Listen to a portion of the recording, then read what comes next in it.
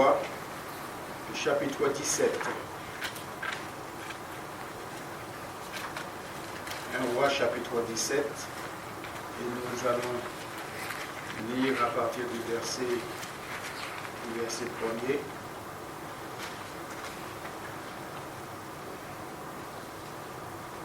Un Roi, chapitre 17, et le verset 1er.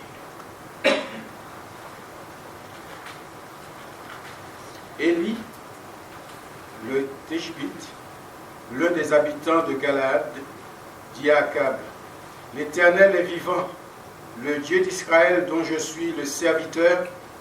Il n'y aura cette année ni rosée, ni pluie, sinon à ma parole. Et la parole de l'Éternel fut adressée à Élie en ces mots: Pars d'ici, dirige-toi vers l'Orient et cache-toi près du torrent de Kérit, qui est en face du Jourdain. Tu boiras de l'eau du torrent, et j'ordonnai au corbeau de te nourrir là. Il partit, et il fit selon la parole de l'Éternel. Et il alla s'établir près du torrent de Kérit, qui est en face du Jourdain. Les corbeaux lui apportaient du pain et de la viande le matin, et du pain et de la viande le soir, et il buvait de l'eau du torrent. Amen. Nous allons rester là pour l'instant. Et que c'est vrai, là nous voyons, frères et sœurs, un homme. Un homme qui est, je dirais, à la disposition de Dieu. C'est Élie le Tishbite, c'est comme il est précisé, c'est le serviteur de Dieu, et Dieu est son Dieu, Dieu est son sauveur, Dieu est tout pour lui. Élie, c'est vrai, c'est un habitant de Galaad. Il se présente simplement devant le roi Akab, qui était roi d'Israël, qu'il était aussi le successeur de son père, qui s'appelait Omri, et sa femme, qui s'appelait Jézabel. Il est dit: L'Éternel est vivant, le Dieu d'Israël dont je suis le serviteur.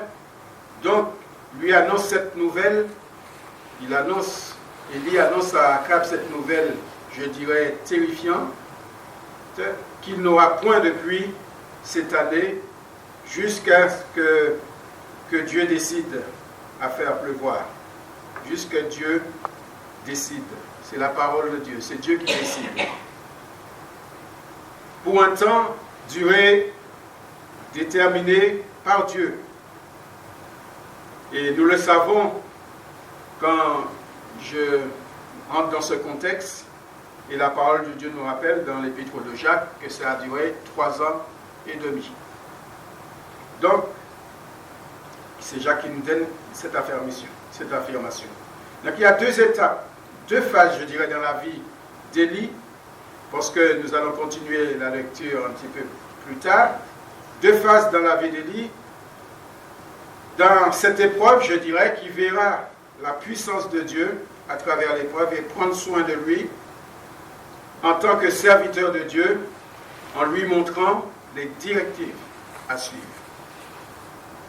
Verset 2, nous l'avons lu, et la parole de Dieu, la parole de l'Éternel fut adressée à Élie en ces mots: Pars d'ici, dirige-toi vers l'Orient et cache-toi près du torrent de Kérit qui est en face du Jourdain. Vous savez, il y a la précision avec Dieu. Là, en face du Jourdain, torrent du Kérit, et nous pouvons, le Kérit, il est à l'Orient, à l'est du Jourdain. Si vous voyez la carte, vous pouvez voir où se trouve le torrent de Kérit. Ce que Dieu avait annoncé à Élie arriva. Parce que ce que Dieu dit, se réalise. Dieu n'est pas menteur. Ce que Dieu dit arriva. Donc il y avait la pénurie, bien sûr, d'eau. Il y avait la famine. La pénurie d'eau était là, dans la Samarie. Non seulement pour la population qui y était, mais aussi pour Élie, qui était serviteur de Dieu. Il était confronté aux mêmes difficultés que les autres. Besoin de se nourrir. Vous savez, entre parenthèses, les serviteurs de Dieu ne sont pas enfermés dans une bulle de protection, exemptés de toute difficulté, épargnés de tous les soucis de la vie. Ça, c'est une illusion. Parce que nous sommes confrontés, les serviteurs de Dieu, ceux qui servent le Seigneur, et confrontés, ils ne sont pas exemptés de tout cela. Et quand nous lisons notre Bible, nous voyons que parfois, les hommes, ils sont dans les difficultés. Parfois, ils ne sont pas épargnés. La seule différence, c'est que Dieu est avec eux.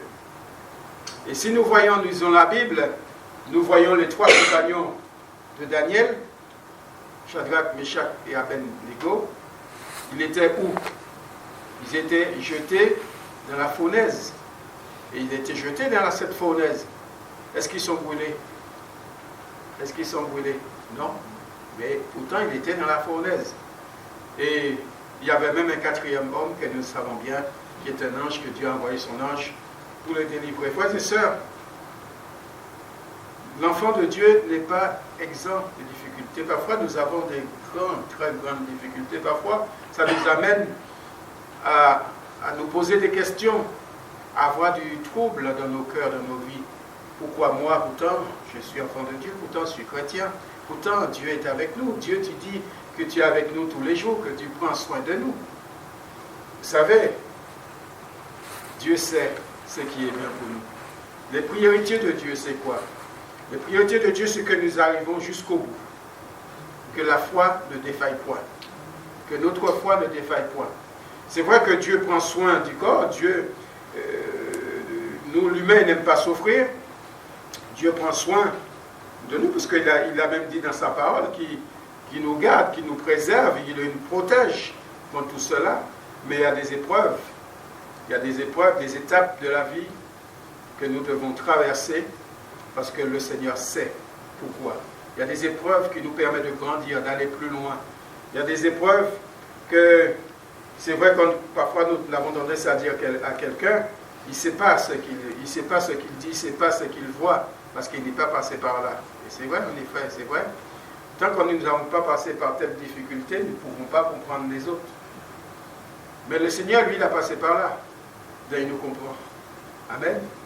Il comprend quand nous passons par telle difficulté. Revenons, c'est vrai, à Élie. Les serviteurs de Dieu, comme je dirais, c'est vrai, ils ne sont pas exempts. Mais Dieu voulant protéger, il voulait protéger Élie, comme il veut aussi nous protéger chacun de nous. Dieu veut nous protéger, Dieu nous protège. Il ne faut pas croire que, frères et sœurs, que ce n'est pas parce que nous ne voyons pas des miracles, ce n'est pas parce que nous ne sommes pas bénis que Dieu n'est pas avec nous, que Dieu ne nous protège pas. Et c'est vrai, nous voyons là la protection de Dieu subvenir à ses besoins. Et le premier besoin d'Élie, comme il a été pour les autres populations, c'était la faim, c'était la soif. Et Dieu sait tout ça, et Dieu dirige donc son serviteur vers un torrent. Un torrent, il y a quoi dans le torrent? Il y a de l'eau. Et pourtant, c'était la pionnerie de sécheresse. Donc, il le conduit auprès du torrent de Kérit, qui prend sa source, nous le savons, vers le Jourdain, qui se trouve au nord, donc de la mer de Galilée, c'est pour petit détail, et au sud de la mer Morte. Remarquez, il se laisse diriger, Élie se laisse diriger, il ne pose pas de questions. Il se laisse diriger. Et c'est vrai, il n'y a pas de dire, mais comment ça va se passer? Donc nous pouvons aussi constater, frères et sœurs, là que nous avons lu, qu'il avait confiance en son Dieu. Il avait confiance. Dieu dit, mais pars d'ici, dirige, va te cacher auprès du torrent. Mais Élie ne savait pas encore que les corbeaux allaient venir lui donner à manger. Il ne savait pas. Mais vous savez que quand le Seigneur nous conduit, nous amène quelque part, et nous devons faire toujours confiance au Seigneur. Parfois, nous regardons déjà le résultat, le pourquoi, comment, Seigneur, ça va te faire. Oui, mais si je suis tout seul, il n'y a personne pour subvenir mes besoins. Et pourtant, le Seigneur subvient aux besoins. Le Seigneur n'a pas besoin de personne pour subvenir nos besoins, frères et sœurs. Le Seigneur connaît toutes choses. Mais nous voulons souligner surtout son obéissance face à l'épreuve. Il dit, il partit et fit selon la parole et alla s'établir près du torrent de Kérit. C'est vrai, Dieu est grand. Notre Dieu, il est tout puissant. Et ce qui s'est passé pour Élie, Élie était un homme. N'oublions pas, Élie était un homme. Et la parole de Dieu nous dit dans Jacques 5, verset 17, Élie est un homme de la même nature que nous. C'est vrai qu'il pria avec instance pour qu'il ne plût point, et il ne tomba point de pluie sur la terre pendant 3 ans et 6 mois. L'enfant de Dieu, face aux différentes épreuves, aux différentes circonstances de la vie, peut se trouver comme Élie. Nous pouvons nous trouver comme Élie, dans le besoin matériel. Nous pouvons se trouver dans des situations, des contextes difficiles. Et pourtant, Dieu est là. C'est vrai que les difficultés sont là, la pénurie, la famine était là, Élie était dans cette famine-là, mais la seule différence, c'est qu'il y avait Dieu. Il y avait Dieu qui gardait sur ses enfants, il y avait Dieu qui protégeait.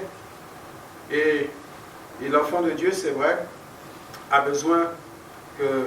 nous avons besoin que le Seigneur ouvre nos yeux pour voir les choses parfois que nous ne voyons pas.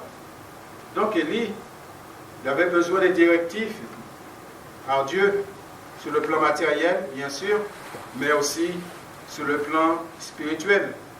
Besoin de la grâce de Dieu, avoir cette dépendance, donc cette confiance en lui, se dépendre de Dieu. Vous savez que quand on se lève le matin, ou quand on va ouvrir son frigidaire, on sait qu'il y a de quoi faire à manger.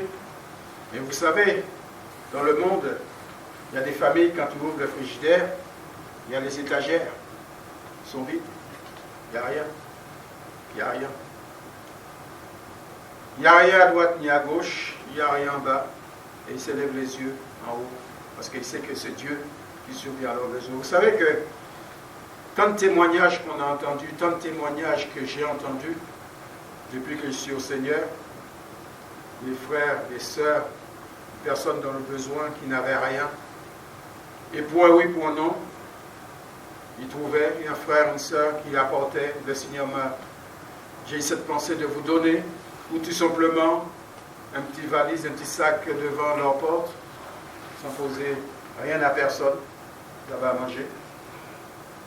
Et quand je regarde en arrière, toutes les bénédictions que le Seigneur a opérées pour moi, je sais, avec mon épouse, quand parfois nous avons des difficultés, on peut avoir des difficultés, mais que le Seigneur est venu. Le Seigneur est venu. Moi, c'est vrai que dans des directions, dans le travail, j'ai demandé des choses au Seigneur. Et parfois, il me conduit à l'opposé de ce que je l'avais demandé. Mais c'était les directives de Dieu. Je ne comprenais pas cela. Je disais, mais je sais, je me posais des questions. Je disais, oui, mais peut-être je n'ai pas bien prié. Ou, voilà. Toutes ces questions-là viennent à nous. Mais ce qu'on oublie, frères et sœurs, c'est que le Seigneur sait, il nous connaît. L'objectif de Dieu, Dieu a un plan pour chacun de nous. C'est Dieu qui sait où nous devons y aller. Donc, Élie, c'est vrai qu'il avait besoin de cette directive, il avait besoin de la grâce de Dieu. Mais il faisait confiance à son Dieu. Élie avait de l'eau, et il buvait de l'eau du torrent, mais il avait besoin aussi de manger. Parce que quand Dieu dit, mets-toi auprès du torrent, ok, j'ai de l'eau, je pourrais me laver tout ce qu'on veut, mais il voulait manger. aussi. Et il n'y avait personne pour l'aider, sauf Dieu, pardon, qui a ordonné au corbeau de le nourrir. C'est vrai, quand nous lisons cela, nous disons oui, c'est comme une histoire. Les corbeaux qui apportent de la viande et du pain. Mais vous savez que les corbeaux, ils apportaient de la viande et du pain, mais Dieu avait tout prévu. Dieu avait tout prévu, comme Dieu prévoit tout pour chacun de nous. Dieu a tout prévu. D'où le pain et la viande venaient, il ne savait rien. Il ne s'est pas posé la question, mais le corbeau était où chercher le pain ou la viande. Il ne savait rien, mais il savait une chose, c'est que le Seigneur prenait soin de lui. Amen. Par l'intermédiaire des corbeaux. Le Seigneur sait. Frères et sœurs, ne cherche pas à savoir comment le Seigneur va intervenir dans nos problèmes, dans nos difficultés, mais tout simplement, faisons-lui confiance. Faisons-lui confiance. Bien sûr, cela nous étonne. Cela nous étonne quand nous lisons cela. Mais il est Dieu. Il est le créateur de la terre et des cieux, de tout l'univers. Il est souverain. Il est le Tout-Puissant. Il est le Dieu de l'impossible. Notre Dieu est le Dieu de l'impossible. Vous le croyez? Amen. Dieu est le Dieu de l'impossible. Dieu peut tout. Nous connaissons ce petit cœur que nous chantons. Dieu peut tout, n'importe où. Et oui, et parmi nous, il peut tout encore ce matin. Alors, Jésus a raison de laisser cette parole qui reflète, nous entendons dans nos têtes, qui dit ne vous inquiétez pas pour votre vie, de ce que vous mangerez, ni pour votre corps, de quoi vous serez vêtus. Ne vous inquiétez pas. C'est vrai qu'on s'inquiète. Ben oui. Parce que si on regarde le compte en banque, il sait qu'il y a 0 plus 0, et puis on n'a rien, ben on va s'inquiéter. On va s'inquiéter, c'est tout à fait légitime, frères et sœurs, nous sommes humains. Nous ne voyons pas plus loin que là que nous voyons. Mais Dieu sait. Dieu nous connaît. Dieu connaît son cœur. Dieu sait ce que nous avons besoin. Une chose, je dirais, il sait que je l'ai appris ça. Et même quand le Seigneur ne répond pas, même quand je traversais un moment très difficile, je donnais toujours Dieu raison. Je dis, Seigneur, tu ne trompes pas. Tout ce que tu fais est parfait. Vous voyez? Ça, c'est important, frères et sœurs. C'est-à-dire que, je ne sais pas, vous connaissez Job. Vous avez vu tout ce qu'il a subi, Job. Vous qui connaissez, vous lisez votre Bible, tout ce qu'il a subi. Et qu'est-ce qu'il a fait? Il a renié Dieu? Non.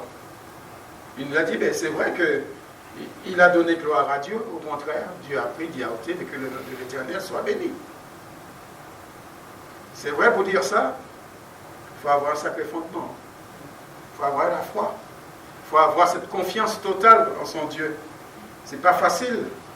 Comme on dit, c'est plus facile à dire qu'à faire. Mais devant ces circonstances, devant ces tableaux, le Seigneur montre qu'il est le Tout-Puissant. Lui, il est capable. Lui, il est capable de renforcer notre foi. Il est capable de renforcer notre vie spirituelle parce que nous avons besoin de lui tous les jours. Et c'est vrai, moi je pourrais dire, oui, ça fait plus de 40 ans, 42 ans que je connais le Seigneur, mais ça donne quoi? Ça fait quoi? Et j'ai besoin du Seigneur tous les jours. Le Seigneur pourrait dire, tes 40 ans, mais il est effacé, tu recommences.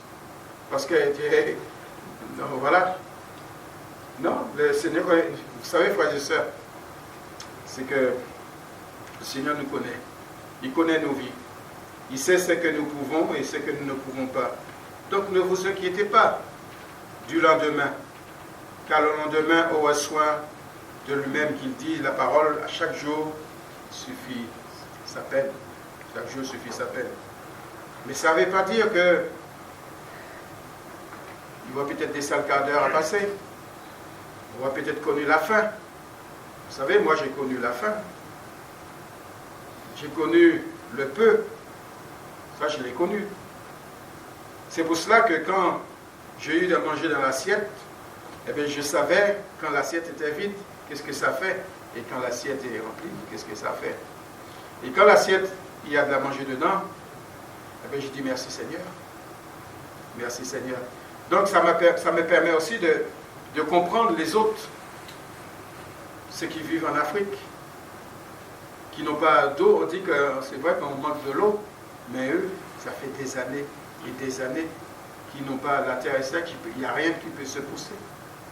Et c'est vrai, le Seigneur nous permet d'être sensibles, nous donne cette sensibilité aux autres. Vous savez que Jésus, le trait de caractère qu'il avait, c'est que il était ému de compassion. Quand il voyait une foule, le Seigneur, ça le touchait.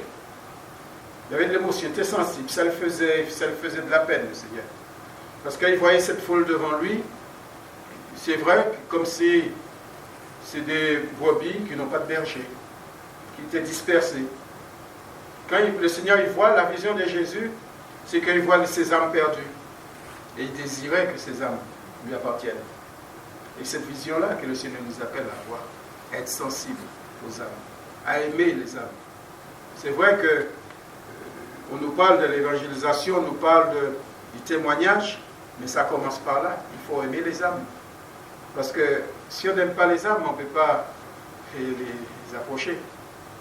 Le Seigneur nous appelle non seulement à nous aimer les uns et les autres, c'est vrai, l'amour fraternel, mais à aimer les gens du dehors. Le Seigneur nous appelle à aimer les gens du dehors. Moi, je voudrais aller encore plus loin. Le Seigneur désire que, voudrait aussi, même ceux qui nous font du tort, à les aimer. Ceux qui nous ont fait du tort, à les aimer. Prier pour nos ennemis. Oui, ça va plus loin là, et c'est la parole de Dieu. Parce que si je dis je mets en pratique la parole, cette parole-là aussi en fait partie de la parole de Dieu. Et c'est vrai que la part d'Élie, je dirais la responsabilité d'Élie, c'était d'obéir. Et que le Seigneur attend de chacun de nous, il nous dit ce matin, et il te dit peut-être ce matin, pourquoi s'inquiéter? Ton Dieu n'est-il pas là auprès de toi? Toutes ces promesses dans sa parole, ils sont là pour nous, frères et sœurs.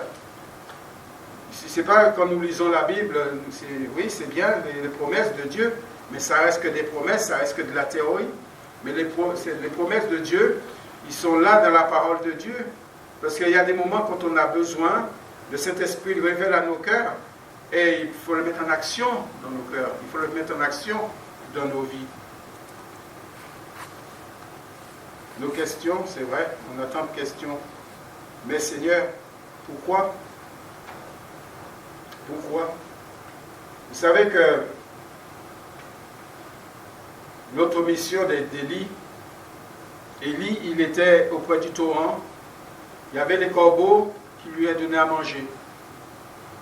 Mais il pourrait dire, je suis tranquille, j'ai de l'eau, j'ai le corbeau qui me donne à manger, la famille peut venir, les 3h30 peuvent venir jusque-là. Mais c'est pas comme cela. Parce qu'il est dit, au bout d'un certain temps, le torrent fut à sec. Nous trouvons ça au verset 7 de notre lecture, si nous le continuons. Au bout d'un certain temps, le torrent fut à sec, car il n'était point tombé de pluie dans le pays. Et oui. Et la question que nous pouvons nous poser, mais pourquoi, Seigneur? Pourquoi le torrent s'est asséché? Pourquoi? Parce que pourtant tu es Dieu, tu sais, tu es tout-puissant. Pourquoi? Alors, on ajoute ces paroles que je viens de dire, ne vous inquiétez pas. Ne vous inquiétez pas. Alors la parole de l'Éternel, verset 8, fut adressée en ces mots, lève-toi. Cette fois-ci, c'est encore une direction. Le verset, nous allons, verset 8 de notre lecture, donc 1 Roi chapitre 17, verset 8. Alors la parole de l'Éternel lui fut adressée en ces mots, lève-toi, va à Sarepta, qui appartient à Sidon, et demeure là. Voici, j'ai ordonné à une femme veuve de te nourrir, il se leva et il alla à Sarepta. Comme il arrivait à l'entrée de la ville, voici, il y avait là une femme veuve qui ramassait du bois. Il l'appela et dit, « Va me chercher, je te prie, un peu d'eau dans un vase, afin que je boive. » Et elle alla en chercher. Il l'appela de nouveau et dit, « Apporte-moi, je te prie, un morceau de pain dans ta main. » Et elle répondit, « L'Éternel, ton Dieu, est vivant. Je n'ai rien de cuit. Je n'ai qu'une poignée de farine dans un pot et un peu d'huile dans une couche. Et voici, je ramasse 2 morceaux de bois, puis je rentrerai et je préparerai cela pour moi et pour mon fils. Nous mangerons, après quoi nous mourrons. » Voilà. Voilà ce qui est la famine. Moïse. Élie plutôt. Je suis parti à Moïse, non? Donc, frères et sœurs, là nous voyons que dans cette deuxième étape, qu'on pourrait dire qu'Élie avait tout, il pourrait continuer de traverser cette première épreuve, et pourtant, non, il y a un deuxième qui s'ajoute, c'est qu'il n'y a plus d'eau. Il n'y a plus d'eau, et nous le savons tous, que l'eau est vie. L'eau est la vie. Vous savez que vous pouvez rester quelques jours sans manger, mais boire, il faut boire. C'est important. Et cette fois, l'Éternel l'envoie dans une ville. Toujours la direction de Dieu. Le Seigneur le conduit. Restez sensible à ça que le Seigneur dit. Il le conduit. Va dans cette ville. Cette ville qui s'appelle Sarepta. Comme cela a été précisé, cette ville, il est dépendant de Sidon, qui se situe au bord de la Méditerranée. Donc, dans cette deuxième étape, c'est une femme qui va le nourrir. Voici, j'aurai ordonné à une femme veuve de te nourrir. Ça, c'est le plan de Dieu. Suivons bien le plan de Dieu. Ce n'est plus le même tableau qu'avec les corbeaux qui lui apportaient du pain et de la viande et le torrent éclaté. Vous remarquez là, il y avait, même déjà dans cette première phase, il y avait le miracle de Dieu, parce que Élie n'a manqué de rien. Amen. Élie n'a manqué de rien. Mais cette veuve et son fils, il ne restait pas grand-chose pour se nourrir. Et voilà, Élie arrive. Et il appela et dit, va me chercher, je te prie. On aurait pu dire, et même il le commande même.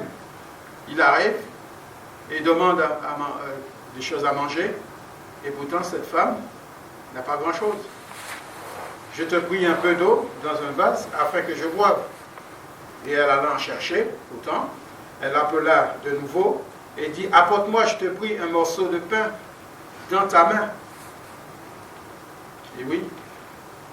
Et c'est vrai que c'est là que cette femme l'a vraiment donné ce constat de lieu, qui lui a expliqué qu'il n'avait rien, mais rien.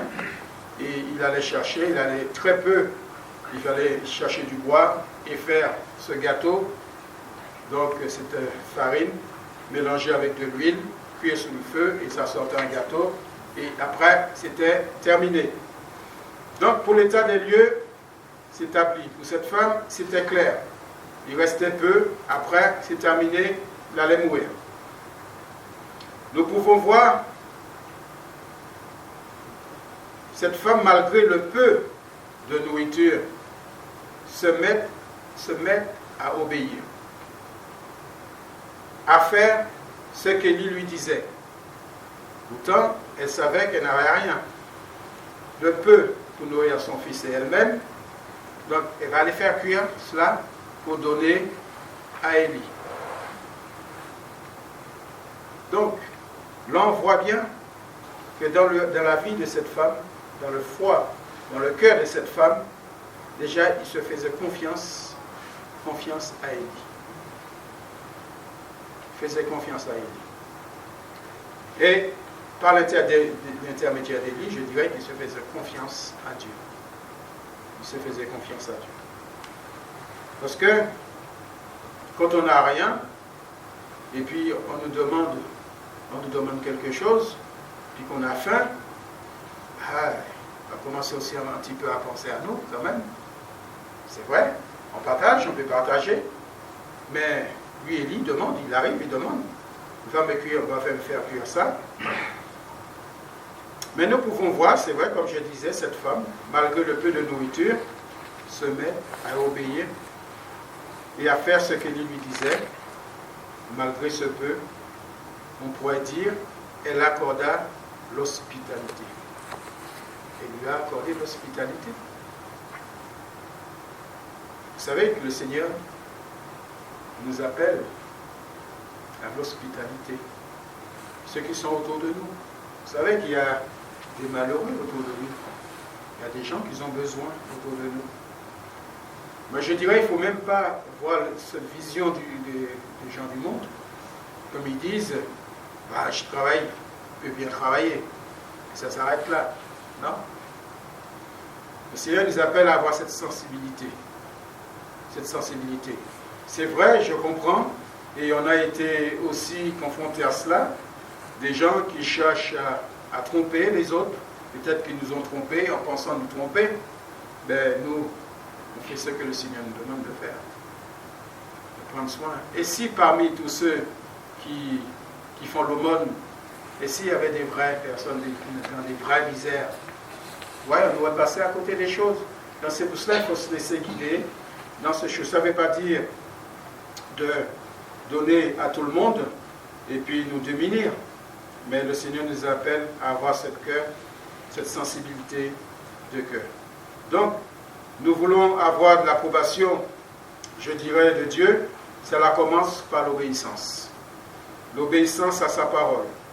L'obéissance qui vaut mieux que toutes sortes d'efforts, de sacrifices en tout genre. Amen. C'est l'obéissance. Mais à Dieu. L'obéissance à Dieu. Ça c'est important, frères et sœurs. On ne peut pas obéir à n'importe qui, n'importe quoi. Mais à Dieu, oui. À Dieu, oui. Donc, c'est là que Dieu intervient. Il n'est pas dépassé, je dirais, par les événements. Parce qu'il sait tout. Il maîtrise toutes choses. Et cette fois, Élie a intervenu sur la direction de Dieu, c'est vrai. Il est sur la direction de Dieu. Et nous avons lu donc la suite de ce récit. Et comme il dit, ne crains point. Fais comme tu l'as dit. C'est ce qu'il disait à cette femme. Seulement, prépare-moi d'abord avec cela un petit gâteau. Et tu me l'apporteras. Et tu en feras ensuite pour toi et pour ton fils. Car ainsi par l'Éternel, le Dieu d'Israël, alors c'est là que le miracle de Dieu va se faire. La farine qui est dans le pot ne manquera point, et l'huile qui est dans la cruche ne diminuera point. Ça, c'est le miracle de Dieu. C'est que Dieu avait prévu, et que ni la femme, ni la veuve, et ni Élie ne le savaient pas. Donc, jusqu'au jour où l'Éternel fera tomber de la pluie sur la face de la terre. Donc, tout cela, il va avoir à manger, et jusqu'au jour où l'Éternel envoya de la pluie sur la terre. Donc il alla et fit selon la parole d'Élie, et pendant longtemps, comme je vous ai dit, elle eut de quoi manger, et sa famille aussi qu'Élie. Donc la farine qui était dans le pot ne manqua point, et l'huile qui était dans la cruche ne diminua point, selon la parole de l'Éternel avait annoncé à Élie. Amen. C'est vrai, la parole de Dieu, frères et sœurs, est importante. Il digne, il mérite d'être pris en considération. Dans l'obéissance, c'est vrai quand nous méditons la parole de Dieu, et c'est vrai qu'il y a des choses que nous ne comprenons pas, mais cela ne veut pas dire qu'il faut laisser ça de le côté. Non, il y a des choses que nous ne comprenons pas tout de suite, que le Seigneur permettra que nous comprenions après. C'est le Saint-Esprit qui nous fait comprendre la parole de Dieu. C'est lui qui prend les choses pour nous le communiquer. Bien sûr qu'il faut être disponible. Il faut que notre cœur puisse être dans les bonnes conditions. avoir le désir de vouloir comprendre, mais pas le désir de vouloir tout comprendre. Parce que c'est vrai, on veut, l'humain, c'est comme, je ne sais pas comment vous êtes, mais quand on lit, on veut tout comprendre tout de suite. Expliquer, signification, tout comprendre. Mais la Bible, vous savez, ce n'est pas un livre quelconque. La Bible, on ne peut pas, même si vous pensez que vous avez compris ce que veut dire, et ce n'est pas ça. C'est quoi la Bible? Quand on dit la Bible, elle est d'actualité, tous les jours, elle est d'actualité dans nos vies. Parce qu'un verset qui va nous faire du bien que le Seigneur va parler pour combler un besoin dans nos vies, ce même verset qui va être reprêché ou le Seigneur va nous montrer, qui va servir à un autre point dans nos vies, ce même verset, vous savez, il est d'actualité verset. Et c'est vrai que c'est important, frères et sœurs, de prendre en considération tout cela et être sensible, nous laisser guider par le Seigneur. Il y a des choses que nous ne comprenons pas. Entre autres, pourquoi? Élie pourrait poser la question, pourquoi Seigneur, le torrent est asséché, pourquoi qu'Élie n'est pas resté là, les corbeaux, etc., etc. Nous oublions si souvent que Dieu sait. Dieu sait, avant même que l'épreuve nous atteigne, il sait comment nous allons nous en sortir. Avant même que l'épreuve soit là. Et pourtant, l'épreuve n'est pas encore là. C'est-à-dire, je ne sais pas qu'est-ce qui va m'arriver demain. Et le Seigneur sait comment que je vais m'en sortir. Amen. Ça, c'est Dieu. Ça, c'est Dieu. Et la Bible, c'est vrai que la Bible nous dit dans Ésaïe 55, j'ai pu entendre cette parole dans une prière ce matin, car mes pensées ne sont pas vos pensées, et vos voix ne sont pas mes voix, dit l'Éternel. Et autant les cieux sont élevés au-dessus de la terre, autant mes voix sont élevées au-dessus de vos voix, et mes pensées au-dessus de vos pensées. Et oui, quand on voit cette distance-là, alors il vaut mieux laisser la place à Dieu, il vaut mieux laisser cette directive à Dieu de conduire nos vies. Amen. Donc, ici, c'est vrai qu'il est question de la farine et de l'huile. C'est la fleur de farine, comme je l'expliquais, et de l'huile d'olive, dans cette précision. Et on se faisait une pâte avec la fleur de farine qui était pétrie dans de l'huile d'olive. Alors, on le faisait cuire. Et entre autres, c'est cette femme qui allait chercher quelques morceaux de bois pour faire justement cette mixture, ce gâteau. Et après, ensuite, il allait le manger. Et voilà. Et pourtant, le Seigneur, lui, n'avait pas dit le dernier mot. Et là, nous voyons ce miracle-là. Mais dans les évangiles, il y a aussi des miracles que le Seigneur l'a fait. Avec les 5 pains et le 2 poissons. C'était pareil. Il y avait 5000 personnes. Le Seigneur venait de prêcher. Il faisait tard, commençait. Le Seigneur, les disciples voulaient envoyer de la foule. Le Seigneur a dit non, donnez-leur vous-même à manger. Et c'est là qu'il a opéré le miracle.